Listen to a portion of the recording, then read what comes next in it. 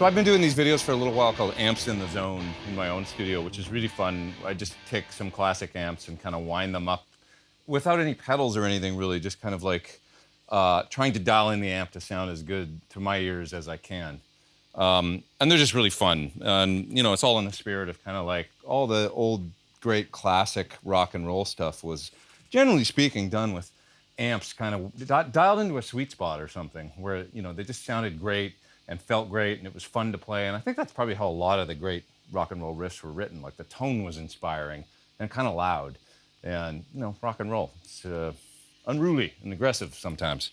So anyway, we've got a classic old Marhsall JMP 100 watt here. And I just really had a lot of fun playing through this amp all week here at TC. So one way to dial in these amps is for sure, in the most common sort of way, is using the high input. There's two inputs, one's lower gain and one's higher gain. And so that means if I were to plug into the lower gain input, I'd get less signal going into the amp, and it actually cleans up a lot. And so we'll look at that in a minute here, but let's go into the higher gain input for a minute here and just talk a little bit about the amps. This is exceedingly simple amplifiers. You've basically got a preamp gain control, and then you've got a master volume control. That's going to vary the overall output level of the amplifier, right? And then you've got a straight up 4-band EQ with presence, bass, middle, and treble. And these amps, there's something about the master volume design. I find that the EQ doesn't quite respond in the same way as the amps that came right before these, which were the super lead, non-master volume style amplifiers, plexis and metal panels and stuff like that.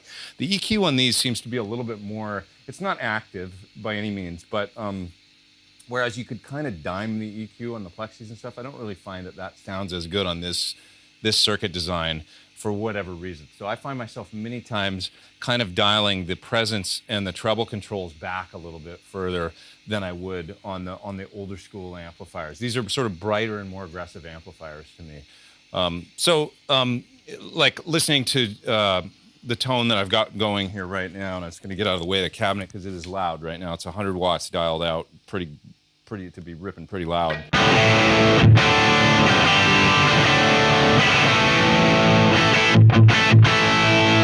Just sounds killer, this amp. So if I just play the A string on the guitar, and I'll just mute it and kind of dial the presence knob.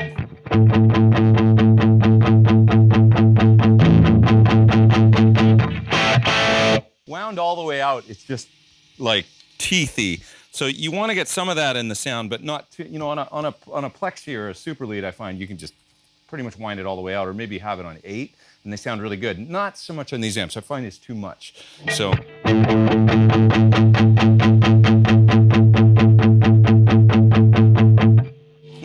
sounds good right about there. Just taking a little bit of that really aggressive top end off.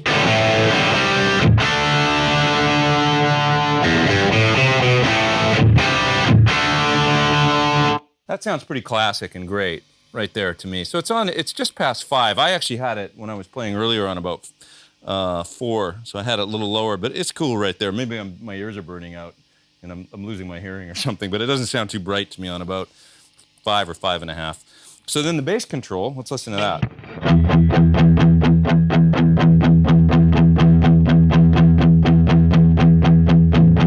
You know, wound up too much, the amp starts to get a little loose for me, and you lose a little bit of that aggressive thing. I really love hearing that, like when I was playing that Darkness riff.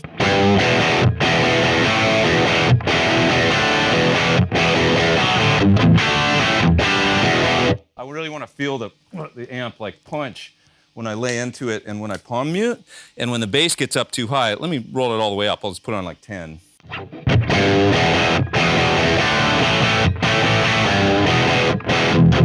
It just starts to like kind of flub out a little bit, and it loses it for me. So where it sounds really good to me is on about 4.5, right before the noon mark. Just sounds great right there.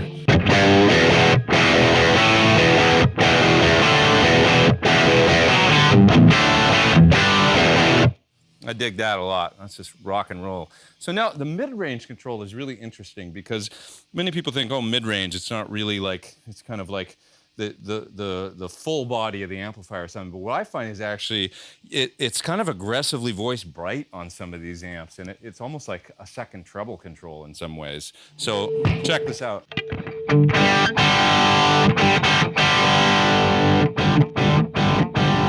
That's rolling it all the way down to 0. You can hear it darkens up the amp almost like you would think it's the treble control.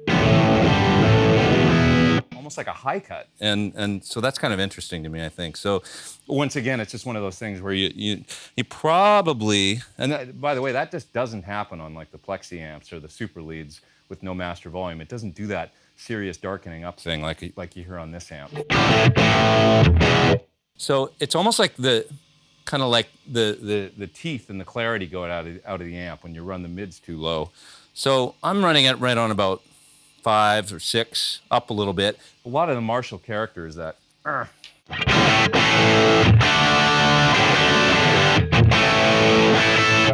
Boy, it sounds good. So then the treble control. So the treble is similar to the Presence in many ways for me on these amps, where you can't get it up like you can on a Plexi or Super Lead without it kind of tearing your hair off a little bit or your head off. It's I'm just going to turn it while I palm mute once again.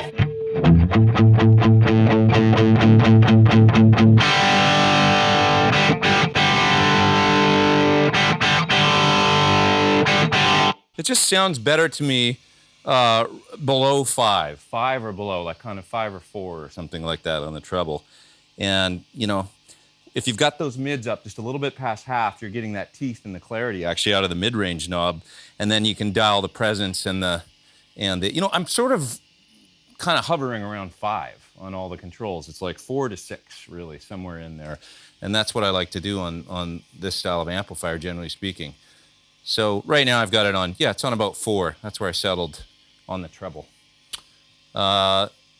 Master's up to about 4, which is, you know, friggin' loud on this amp because it's 100 watts. The preamp gain is on about 6.5. So there's an interesting thing about these amps. I mean, they kind of will respond in a similar way to the Super Leads and the Plexis and stuff. If you roll the preamp gain all the way down, and then you take the master all the way up, now you can use the preamp gain sort of as your master. Now you can almost think about it like a non-master volume amp. And kind of has that really fast onset, just like a Plexi would, and sort of sounds kind of similar to like a Plexi or Super Lead or something. So this is with the master on 10, and the preamp is barely cracked open. You can hear it's already making tons of, you know, drive. So there is clean in these amps, but we'll get to that in just a second. There's no clean in these amps really if you're using a humbucker that's even a low output like the ones in my guitar, and you've got the high gain input is the one that you're using. There's not a lot of clean going on with the amp set up like this. So I'm going to take the master back to like 4, and I'll bring the preamp gain back up where I had it in the beginning, which was on about 5 or 5.5, 6. And this is just magic rock tone to me.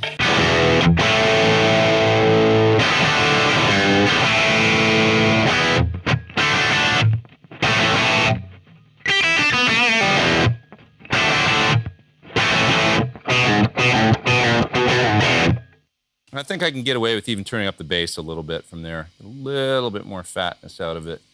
Boy, it sure sounds good. You also notice the tone kind of thickens up and fattens up, as well as adds some distortion and gain as you turn the preamp up. It just gets a little more muscular, as well as getting gainier. So it's just a fine line, setting it where you want it. So that sounds just terrific to me.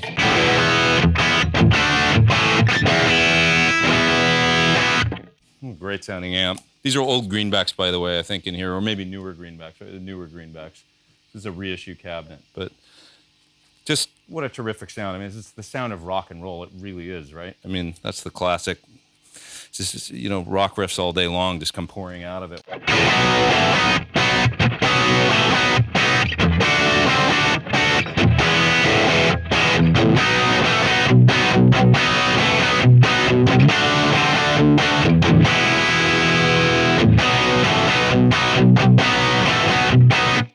even have to play anything that complicated or whatever. When you have a tone like this, it just feels so good to play really simple, straight up rock and roll stuff. So much fun.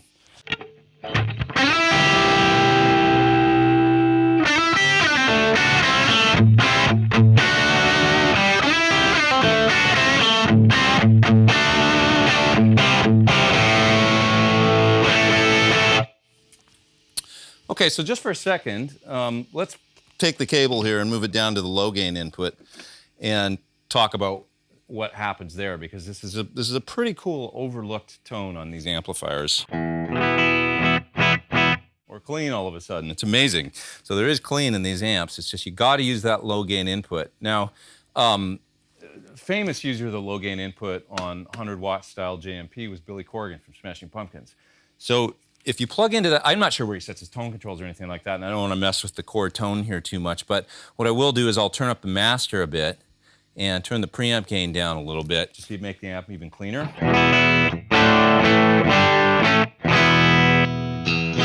If I go to like the single coil setting on my guitar, I've basically got, pretty much a straight up, clean tone now.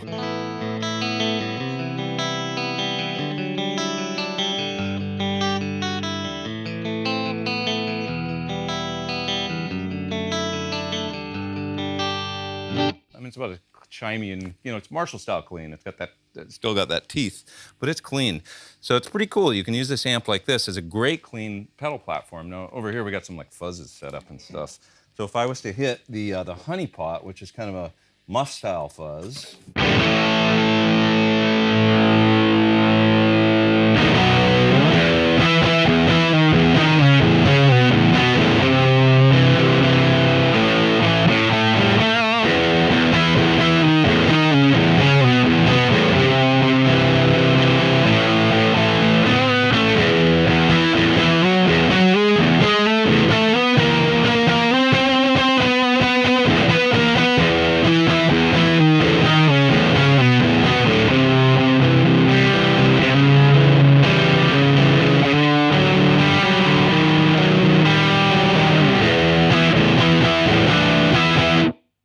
I was making up riffs, but kind of 90s style stuff. That's a really, really terrific way you can use these amps. There's the honey pot muff style. So this sounds really, really great going into the low gain input on these old JMP amps. Okay, and behold, we have another amazing amplifier here at TC. I'm jealous of this amp that they have. This is a killer, I believe it's 65 AC30 Top Boost. What an amazing sounding amp. So these two sound unbelievable blended, and we'll check that out in just a second. But just this one by itself, one great thing to know about AC30s, there's 6 inputs on them. So you can see here there's 6, and I'm plugged into this input, which is the higher gain input on the Top Boost channel. So it's controlling this level control right here. Okay, so if I was to, I'm just gonna leave the amp a little bit clean right now. If I was to plug into this input, notice how the gain drops. Okay, so much like on the Marshall, you can get a more clean signal kind of out of the amplifier by using that. I mean, it's really just dropping gain to the front end of the amp. Okay, so I'm gonna stick with the higher gain one for the tone I'm going for here, which is crunchy. Some people would consider it edge of breakup. Other people would consider it out and out distorted. I guess it just depends on what school you're from. But so the brilliant channel, or Top Boost channel, especially on this amp, because this has the old original Silver Bell speakers in it, it's really not that ice picky and bright. These amps are known as the kind of the Blizzard of Nails tone, but honestly, this one just sounds so good and warm and awesome.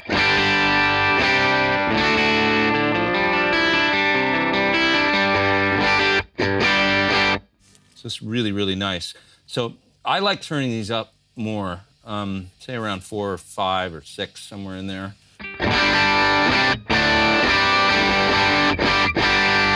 Now you'll notice that the tone controls are really super duper interactive kind of with the gain of the amplifier and with each other. If I turn up the treble control, it tends to cut low end and also some of the gain.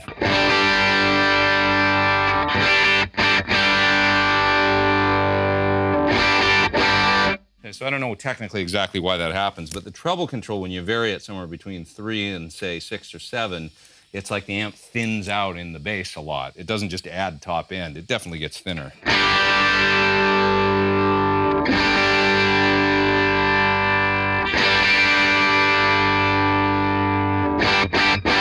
Okay, so I really like them when they're set somewhere around 4 or 5. Still gives you some clarity, but it doesn't lose too much of the kind of the good fat stuff. Let's kind of sweep the bass control now.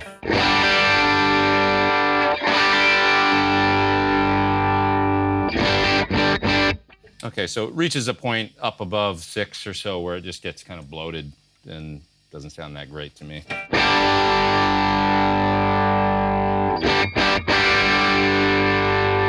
So really, I always end up on these settings, even on I have a newer sort of AC15 hand-wired, and I set the tone controls really similar on the amplifier as well. So I've got it on 5 pretty much right now. It's the bass control, straight up and down. Then you've got the cut control. The cut control just cuts high frequencies in the power amp. So if you feel like there's a little bit, it's too zingy, it's too much top end, you can just roll up that cut control till the amp will darken up completely.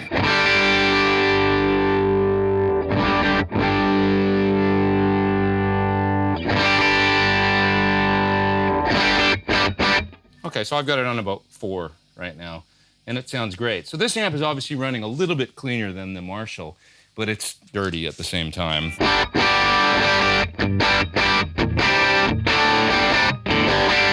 Well, it sounds great.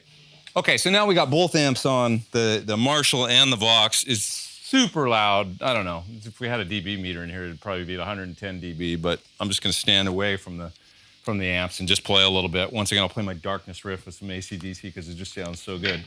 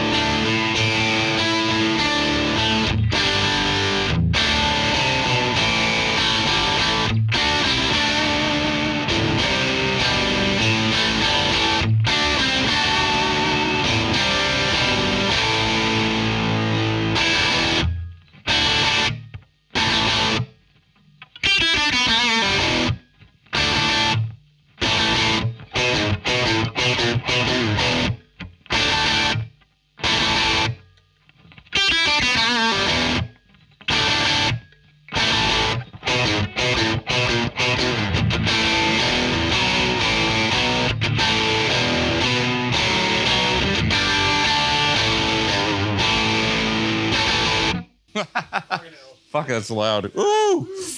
Oh, man. Okay, one more time, I'm just gonna play the Rush riff. We set up a Corona chorus here, flashback delay in Hall of Fame 2, and this was the rig we were using the other day when I was playing Digital Man by Rush, which I just love, the Signals album. So it sounds something like this. I don't think Alex Lifeson ever would have played this loud, but it sure sounds good with these two amps blended.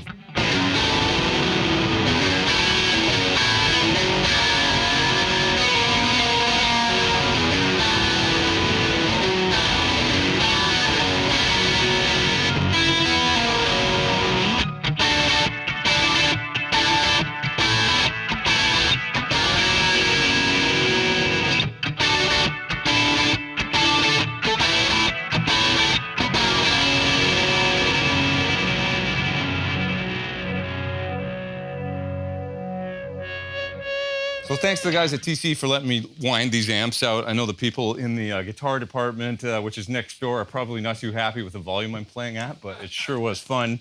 It's all in the spirit of having a good time and rock and roll. And they got a couple of terrific amps here in this AC30 and an old JMP. And I don't know, I hope I was able to offer up some maybe somewhat useful information with how I like to dial them in anyway and what I hear using my ear. My tired old ears that are now ringing. See ya. Thanks.